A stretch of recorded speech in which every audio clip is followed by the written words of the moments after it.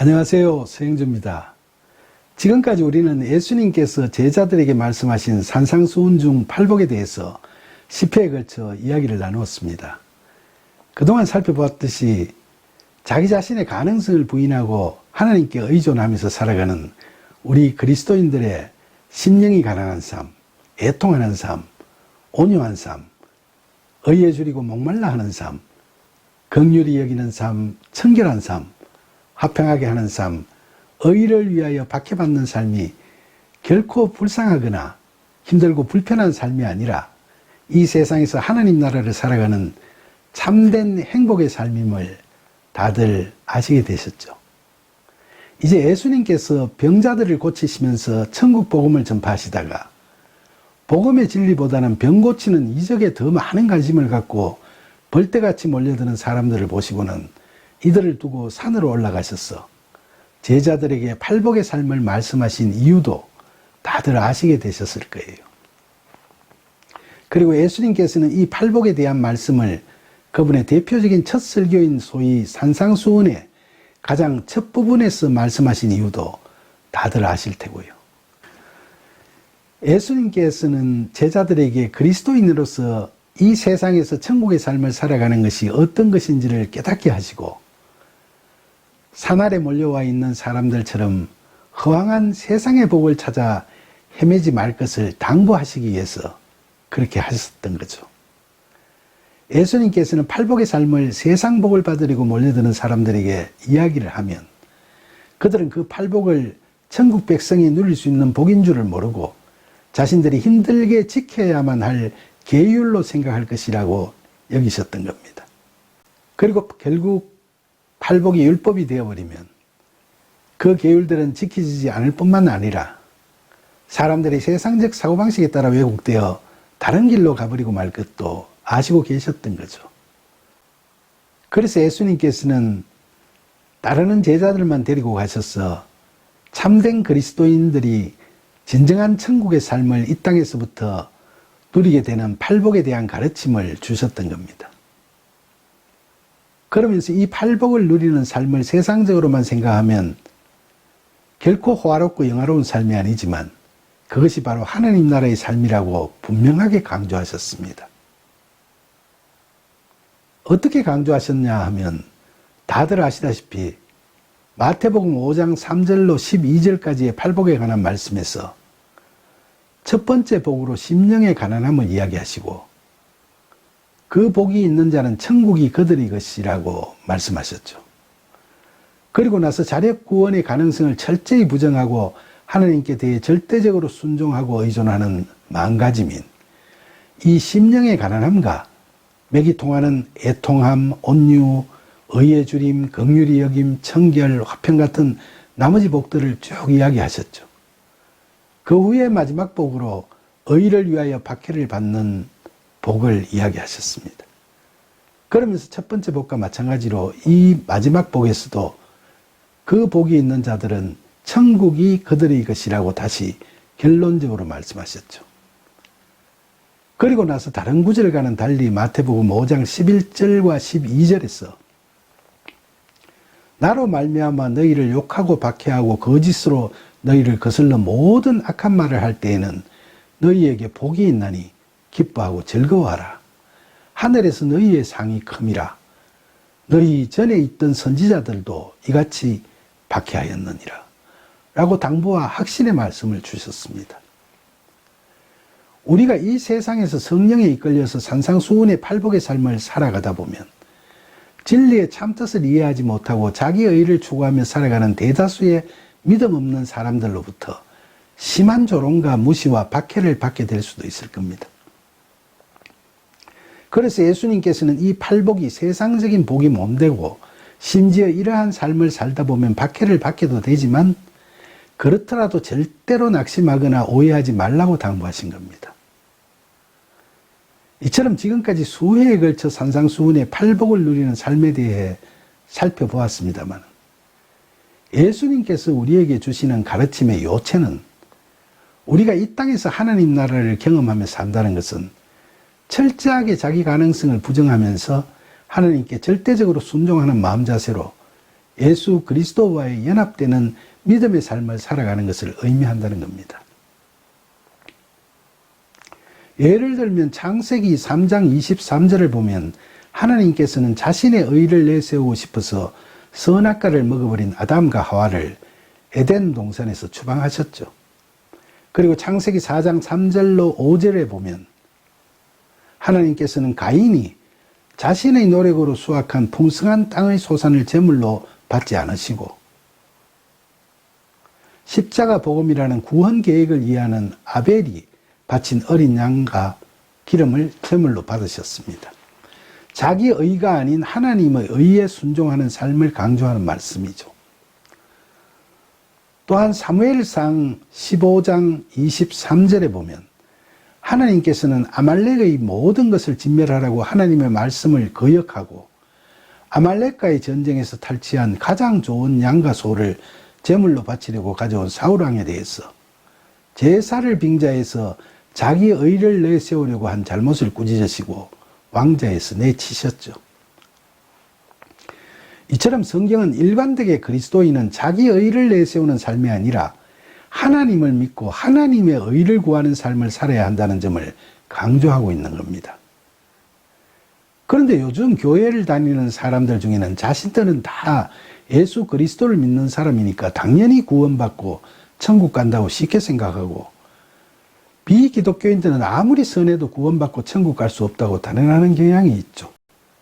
그렇다면 교회나 교인들의 자선봉사 행위는 모두 정당시 될까요? 그렇지 않습니다. 교인이든 비교인이든 간에 자신의 행위에 하나님의 사랑이 없이 자기 의가 앞서고 진정한 낮아짐이 없으면 그 행위는 하나님께 죄짓는 것에 불과하죠. 지난번에도 봤듯이 마태복음 7장 21절로 23절에 보면 예수님께서는 심판의 날이 오면 주의 이름으로 선지자 노릇하고 주의 이름으로 귀신을 쫓아내고 주의 이름으로 많은 건너를 행하는 등 온갖 선행을 했다고 자기 의를 내세우기 위해 바쁜 거짓 선지자들에게 내가 너희를 도무지 알지 못한다고 할 것이라고 경고하시지 않습니까? 따라서 우리가 교회를 열심히 다닐지라도 우리 자신의 행위에 하나님이 없거나 습관적으로 하나님의 이름을 들먹이지만 실제로는 자기 의를 나타내는 데 급급하고 있다면 그 모든 행위는 허망한 것이고 죄짓는 일일 따름입니다. 그럼 이처럼 기독교인들 중에도 죄짓는 사람들이 허다하다면 아예 교회를 다니지 않는 비기독교인들은 물어볼 필요도 없이 모두 다 지옥 간다고 말하는 것은 정당한 말일까요? 세상적으로 선행을 하는 사람들을 향해서 하나님의 사랑이 없이 자신의 이성과 의지로만 행하는 선행은 성경적으로는 교만일 수 있기 때문에 경계해야 한다고 말한다면 이 말을 기독교를 믿지 않는 사람들이 들으면 동의할까요? 저는 이런 내용의 말씀들은 성경을 보는 기독교인들에게 하시는 말씀이지 아예 성경을 보지 않는 비기독교인들을 향한 저주의 말씀은 아니라고 생각합니다.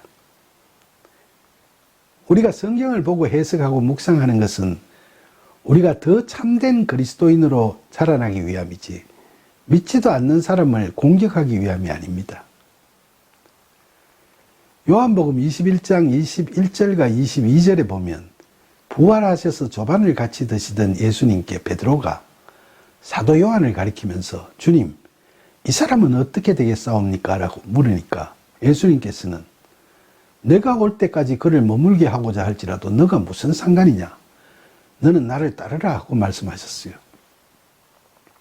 이처럼 그리스도인 스스로 성경 말씀을 잘 지키는 것이 중요한 것이지 자신도 지키지 못하면서 믿지도 않는 사람이 말씀대로 하지 않으면 벌 받을까 어떻게 될까를 신경 쓰는 것은 바람직한 일이 아니죠. 사실 전도의 욕심이 가해지면 믿지 않는 사람들을 설득하기 위해서 정죄하는 식으로 접근하는 경우도 있을 수 있는데 이건 철저히 경계해야 할 일입니다. 차라리 그럴 때는 조용히 홀로 기도의 자리에 가서 그런 사람들이 하나님의 자녀되는 은혜를 받을 수 있기를 간절히 중보기도를 드리는 것이 맞겠죠. 저는 예수님께서 제자들에게 내가 곧 길이요 진리요 생명이니 나로 말미암지 않고는 아버지께로 올 자가 없느니라 라고 하신 요한복음 14장 6절의 말씀을 믿습니다. 그리고 베드로가 유대 지도자들 앞에서 다른 이로서는 구원을 받을 수 없나니 천하 사람 중에 구원을 받을 만한 다른 이름을 우리에게 주신 일이 없음이라 라고 예수님만이 구세주임을 담대히 말한 사도행전 4장 12절의 말씀에도 완전 동의합니다. 이처럼 저는 예수 그리스도라는 진리의 유일성을 믿습니다. 그러나 그렇다고 해서 예수님을 믿지 않는 사람들을 원망하거나 저주한다든지 마치 원수처럼 대할 필요는 없는 겁니다. 다만 그들이 믿음을 가질 수 있도록 은혜가 임하시기를 기도드릴 뿐이죠.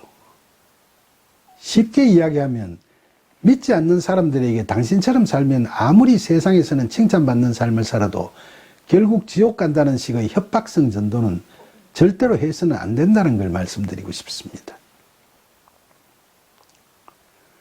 우리가 우주와 인간의 근본이 무엇인가를 생각하면서 세상과 인생을 어떤 시각으로 바라보고 어떤 가치를 추구할 것인가 하는 사고의 틀을 세계관과 가치관이라고 하죠.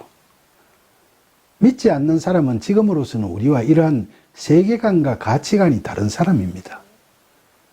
유교, 불교, 도교 사상은 현세에 집중하는 세계관을 바탕으로 당면 문제들을 세상의 중심인 인간 스스로의 힘으로 해결할 수 있다는 인본주의적 가치관에 입각하여 여러 도덕률을 제시했습니다. 그런데 우리 그리스도인들은 이들의 세계관과는 달리 인간이 어디서 와서 어디로 가는지와 관련해서 하나님의 천지창조와 십자가 복음에 의한 구원계획, 그리고 이 땅에서 천국을 경험하며 사는 것과 죽어 내세에서도 하나님 나라에서 영생함을 믿고 있습니다. 참된 그리스도인은 하나님의 은혜 없이는 우리 인간은 아무것도 아닌 존재라는 인식하에 사나 죽으나 늘 하나님 나라의 영생을 사모하는 사람들이기 때문에 인간의 자기 구원의 가능성을 믿는 인본주의자들과는 세계관 자체가 다르죠. 세계관이 다른 사람들은 추구하는 가치관도 다르게 되고 그에 따라 각자의 행동 양식도 달라지는 겁니다. 저는 유교, 불교, 도교 사상이 틀린 건지 맞는 건지는 솔직히 잘 모르겠고 제 신앙과는 다른 이야기라고 생각합니다. 그 다름의 가치는 존중해야 합니다. 저도 나이 50 중반까지는 지금과 다른 세계관과 가치관으로 살았습니다. 그런 저를 찾아주신 하나님은 저에게 겁주시면서 저를 데려오지 않으셨습니다. 우리를 구원으로 인도하는 하나님의 은혜에 의한 믿음은 강요하거나 급박한다고 해서 우리의 마음속에 만들어지는 것이 아닙니다. 그러니까 제 딸의 기도로 제가 회심했듯이 저도 그들을 위해 중보 기도를 드리고 싶은 겁니다. 그러나 그렇다고 해서 우리의 신앙에서 아무 것이나 다 양해하고 다 양보하는 것이 능사일 수는 없다고 생각합니다. 그것은 다름 아닌 성경 해석과 관련된 문제입니다. 진리의 말씀인 성경은 세상적인 세계관과 가치관을 갖고서가 아니라 성경적 세계관과 가치관을 갖고 해석해야 한다는 것을 분명히 말씀드리고 싶은 거죠. 기독교와는 다른 종교나 사상이 추구하는 인본주의적 가치관을 바탕으로 하나님 중심의 성경적 가치관이 담겨있는 성경을 해석하는 것은 저는 어불성설이라고 생각합니다. 지난 몇 시간에 걸쳐서 살펴보았듯이 다른 세계관과 가치관을 갖고 성경을 해석하는 것은 진리를 훼손하는 겁니다.